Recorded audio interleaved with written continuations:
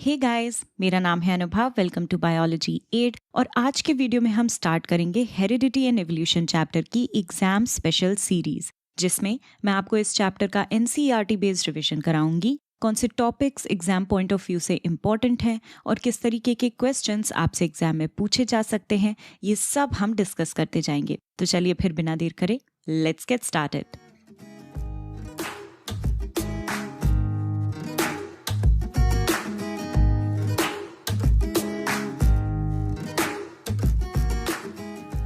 जैसा कि आपको पता होगा कि हेरिडिटी एंड एवोल्यूशन चैप्टर में एवोल्यूशन वाला पोर्शन इस साल हटा दिया गया है।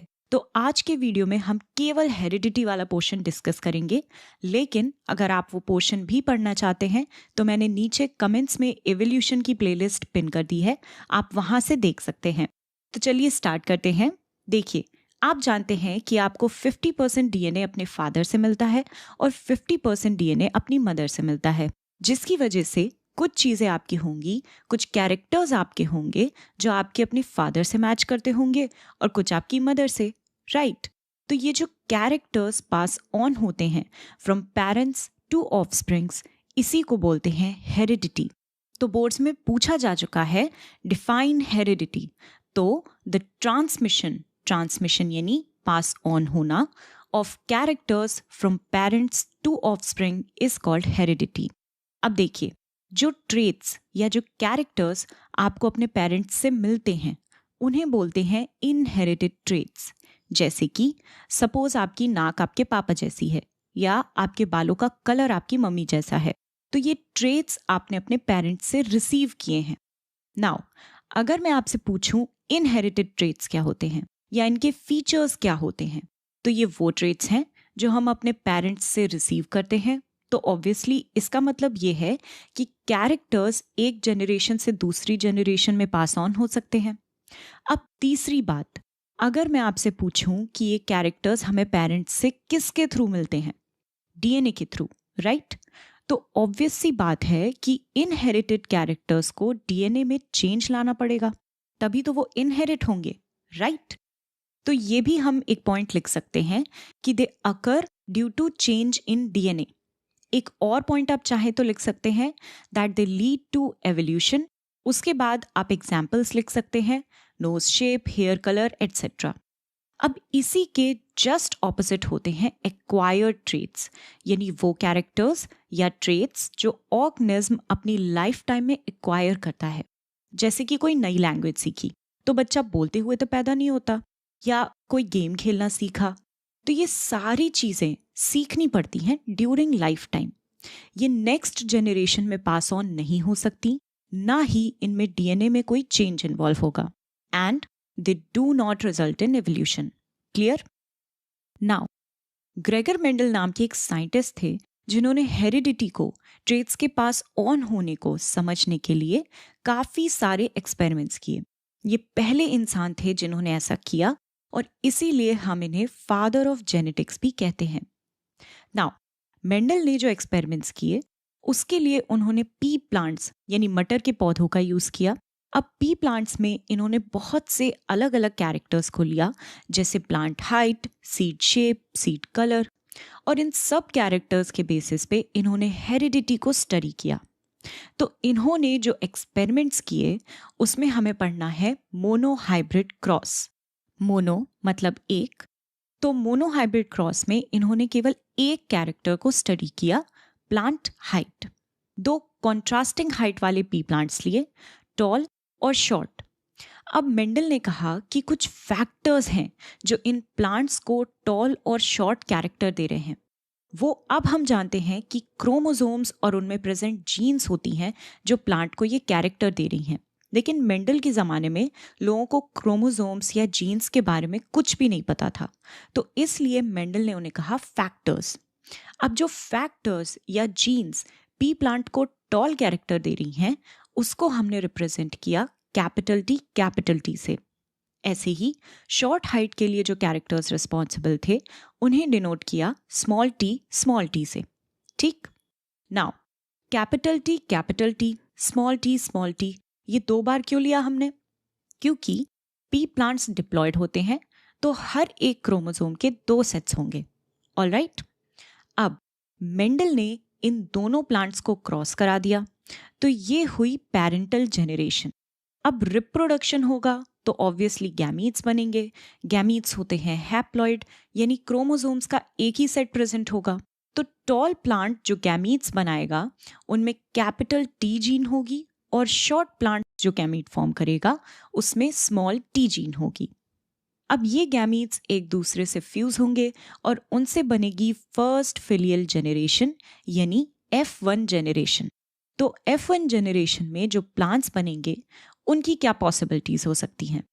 एक पॉसिबिलिटी तो ये हो सकती है कि पहला कैपिटल टी पहले स्मॉल टी से फ्यूज कर जाए, तो इससे जो पी प्लांट बनेगा उसके जीन्स होंगे कैपिटल टी स्मॉल टी। दूसरी पॉसिबिलिटी हो सकती है कि दूसरा कैपिटल टी दूसरे स्मॉल टी से फ्यूज कर जाए, ऐसे में भी बनेगा कैपिटल टी स्मॉल टी, है ना। अब ऐसे ही थर्ड और फोर्थ केस में भी, जिसमें पहला कैपिटल टी दूसरे स्मॉल टी से और दूसरा कैपिटल टी पहले स्मॉल टी से फ्यूज करेगा, इन केसेस में भी जो ऑफस्प्रिंग फॉर्म होगी उसका जेनेटिक कॉम्पोजिशन होगा कैपिटल टी स्मॉल टी। जब मेंडल ने ये एक्सपेरिमेंट किया तो उन्हें F1 जेनरेशन में सारे के सारे पी प्लांट्स टॉल मिले। तो जो फिजिकल कैरेक्टर होता है उसे हम बोलते हैं फिनोटाइप, पी से फिजिकल और पी से फिनोटाइप। और जो जेनेटिक कॉम्पोजिशन या जो जीन्स इस फिजिकल कैरेक्टर के लिए रिस्पॉन्सिबल हैं उसे हम बोलते हैं जीनोटाइप। तो फर्स्ट फिलियल जेनरेशन का फिनोटाइप मेंडल ने ऑब्जर्व किया that all P plants were toll, और इससे हमें यह समझ में आया कि जब कैपिटल टी और स्मॉल टी साथ में प्रेजेंट होंगे तो केवल कैपिटल टी ही एक्सप्रेस होता है और स्मॉल टी बेचारा एक्सप्रेस नहीं हो पाता है। तो इस बात को समझने के लिए मेंडल ने कहा कि कैपिटल टी डोमिनेंट है और स्मॉल टी रिसेसिव है। क्लियर? बहुत बढ़िया। अब मेंडल ने क्या किया कि F1 जेनरेशन के दो प्लांट्स लिए और दोनों को फ्यूज करा दिया, यानी capital T small T fused with capital T small T. अब आप मुझे बताइए कि इस केस में किस तरह के गैमीट्स बनेंगे? एक तो कैपिटल टी और दूसरा स्मॉल टी, राइट। ऐसे ही दूसरे प्लांट्स में भी सिमिलर गैमीट्स बनेंगे, कैपिटल टी स्मॉल टी। अब ये गैमीट्स फ्यूज करके बनाएंगे F2 जेनरेशन या सेकेंड फिलियल जेनरेशन। तो अब इसमें ज़्यादा गैमीट्स इन्वॉल्व हैं और ज़्यादा इसमें पॉसिबिलिटीज़ हो सकती हैं, इसलिए हम चीज़ों को ईजी करने के लिए यहाँ पे बनाएंगे प्यूनेट स्क्वायर। ऑलराइट, कैसे बनाते हैं प्यूनेट स्क्वायर? बहुत ही ईजी है। सबसे पहले हमें बनाना है एक स्क्वायर और उसके लेफ्ट साइड पे लिखना है पहले पेरेंट के गैमीट्स को और ऊपर की साइड लिखना है दूसरे पेरेंट के गैमीट्स को। ऑलराइट, अब इन गैमीट्स को फ्यूज करेंगे तो सबसे पहले बॉक्स में हमें क्या मिलेगा? कैपिटल टी, दूसरे में capital T small T, third में कैपिटल टी स्मॉल टी और फोर्थ में स्मॉल टी। ये होगा F2 जेनरेशन का जीनोटाइप। अब अगर मैं आपसे पूछूं कि इनका फिनोटाइप कैसा होगा, यानी क्या फिजिकल कैरेक्टर्स ही शो कर रहे होंगे, तो देखिए कैपिटल टी यानी टॉल, दूसरा और तीसरा कैपिटल टी स्मॉल टी ये भी टॉल, लास्ट वाला होगा शॉर्ट, राइट। तो अब अगर आपसे पूछा जाए कि मेंडल के मोनोहाइब्रिड क्रॉस में F2 जेनरेशन का फिनोटाइपिक रेशियो क्या होगा, तो हम कहेंगे 3 टॉल रेशियो 1 शॉर्ट, यानी 3:1 का रेशियो होगा। ऐसे ही अगर आपसे पूछा जाए कि जीनोटाइपिक रेशियो क्या होगा, तो हम कहेंगे 1 capital T, 2 capital T small T और 1 स्मॉल टी, यानी जीनोटाइपिक रेशियो हुआ 1:2:1। तो ये हो गया कंप्लीट मोनोहाइब्रिड क्रॉस। अब आपकी एनसीईआरटी का एक क्वेश्चन देख लेते हैं। How do Mendel's experiment show that traits में बी डोमिनेंट और रेसेसिव?